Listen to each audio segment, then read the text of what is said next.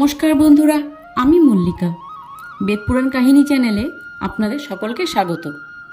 আজকে আমি বলবো জামাই ষষ্ঠী বা অরণ্য ষষ্ঠী বা বেল ষষ্ঠী কেন পালিত হয় এবং কিভাবে এই পূজার প্রচলন হয়।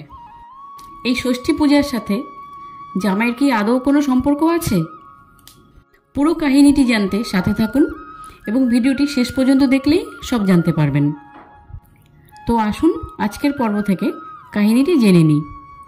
জ্যৈষ্ঠ মাসকে বলা হয় নানান রকমারি ফলের অর্থাৎ ফলার রসরাজের মাস। আমাদের হিন্দু ক্যালেন্ডারে 12 মাসে 13 পার্বণ।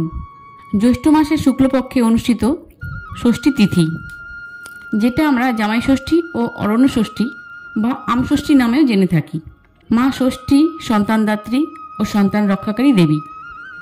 তাই মায়েরা তাদের সন্তানের মঙ্গল কামনার জন্য এই পূজা বা ব্রত পালন করে থাকেন। এই পূজা ষষ্ঠীতলা বা বটতলাতেই করা হয়ে থাকে। অনেকে ঠাকুর ঘরে বা বাড়ির ছাদে এই ষষ্ঠী পূজা করে থাকেন। এই ষষ্ঠী পূজার প্রচলন কিভাবে হয় কাহিনীটি বলি। মধ্যযুগে মোগল কাব্যে জানা যায় যে একসময় এক গ্রামে এক ব্রাহ্মণ বাস করতেন।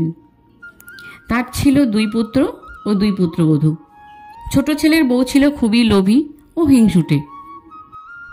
শুধু নিজেই ভালো খাবো, ভালো পরবো, এটাই ভাবত। খুবই স্বার্থপর ধরনের ছিল। ঘরের সব জিনিস সে চুরি করে খেত। শাশুড়ি জিজ্ঞাসা করলেই বাড়ির বেড়ালের উপরে দোষ চাপিয়ে দিত, আর বেচারা বেড়াল বিনা দোষে শাশুড়ির কাছে মার খেত। এই ঘটনা নিরন্তর চলতে থাকে। বেড়াল হলো মা ষষ্ঠীর বাহন। সেই বেড়াল একদিন মা ষষ্ঠীর কাছে কাঁদতে কাঁদতে গিয়ে বলে, মা, এর বিচার চাই, তুমি এর বিচার করো।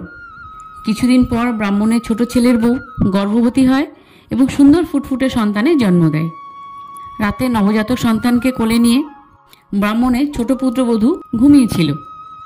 সকালে ঘুম থেকে উঠে দেখে তার সন্তান কোথাও নেই। চারিদিকে খোঁজাখুঁজির পরেও সন্তানকে আর কোথাও পেল না। এইভাবে একের পর এক ছোট ছেলের বউয়ের 7 পুত্র ও 1 কন্যার জন্ম হয়। কিন্তু সবই গেল, তাদেরকেও কোথাও খুঁজে পাওয়া গেল না। পরিবারের লোকজন এবং গ্রামের সবাই ছোট ছেলের বউকে রাক্ষসী বলে তাড়িয়ে দিল। মনের দুঃখে ছোট বউ কাঁদতে কাঁদতে গভীর বনে চলে যায়। তাকে অঝরে কাঁদতে দেখে ও করুণ অবস্থা দেখে মা ষষ্ঠীর খুব দয়া হয় ছোট বউর প্রতি।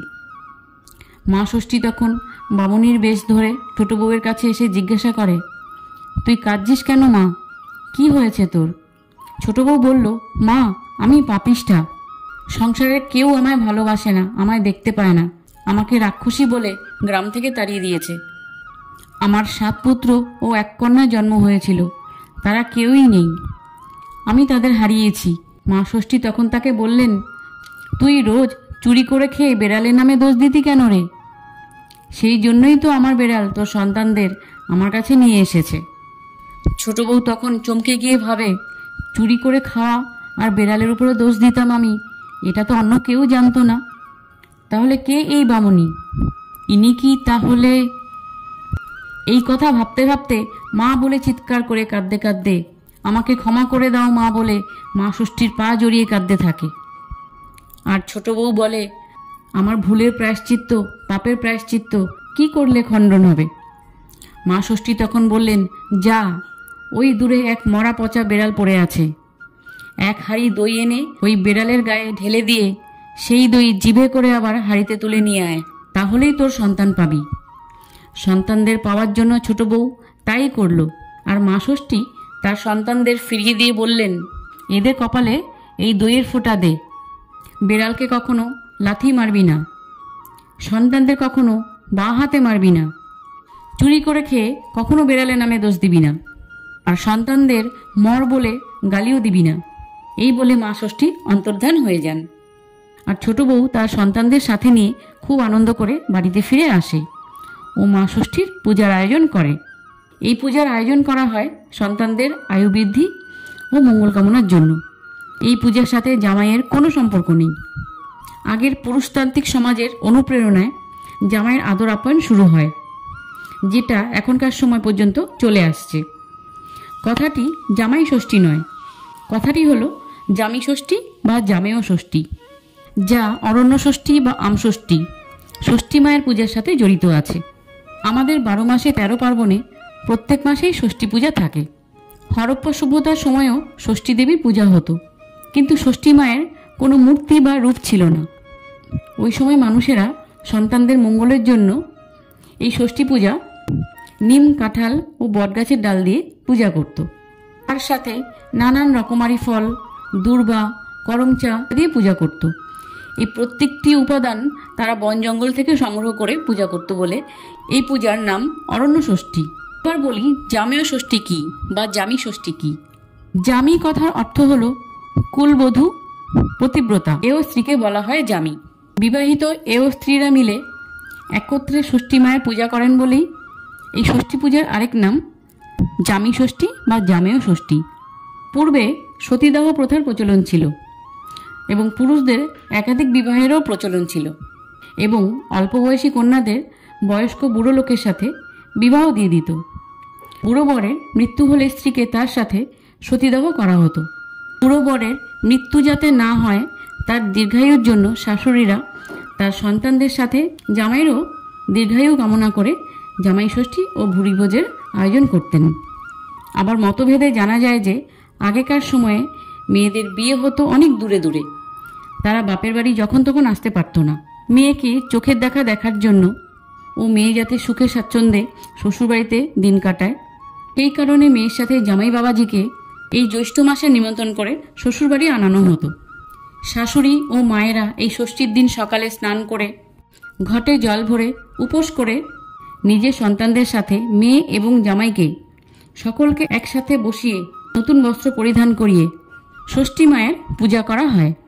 তাদের দীর্ঘায়ু ও মঙ্গল কামনায় বাঁশের করুল, তালপাতার পাখা, আমের পল্লব, ফুল, বেলপাতা, কাঁচা হলুদ, 5 ফল, কাঁঠাল পাতা, করম চা, খেজুর, সুপারি, 108 গাছা দূর্বা ঘাস এইসব উপকরণ দিয়ে মা ষষ্ঠীর থানে পূজা করে তালপাতার বাতাস সকলকে দেওয়া হয়। আর তার সাথে বলা হয় 60-60-60 ও দইয়ের ফোঁটা সকলের কপালে দেওয়া হয় ও সবার হাতে তেল হলুদে ডোবানো ষষ্ঠী পুজোর সুতো বেঁধে দেওয়া হয়। তারপর ধান দুর্বা দিয়ে আশীর্বাদ করা হয় এবং তারপরেই মায়েরা উপোস ভাঙেন। আপনারা হয়তো এটাও জেনে থাকবেন, নবদ্বীপে মহাপ্রভু নিমাইয়ের বিগ্রহকে কেন্দ্র করে এই জ্যৈষ্ঠ মাসে শুক্লাপক্ষ তিথিতে জামাই ষষ্ঠীর আয়োজন করা হয়। এই দিন নিমাই কিন্তু শ্রীকৃষ্ণের অবতার নন, মহাপ্রভুও নন।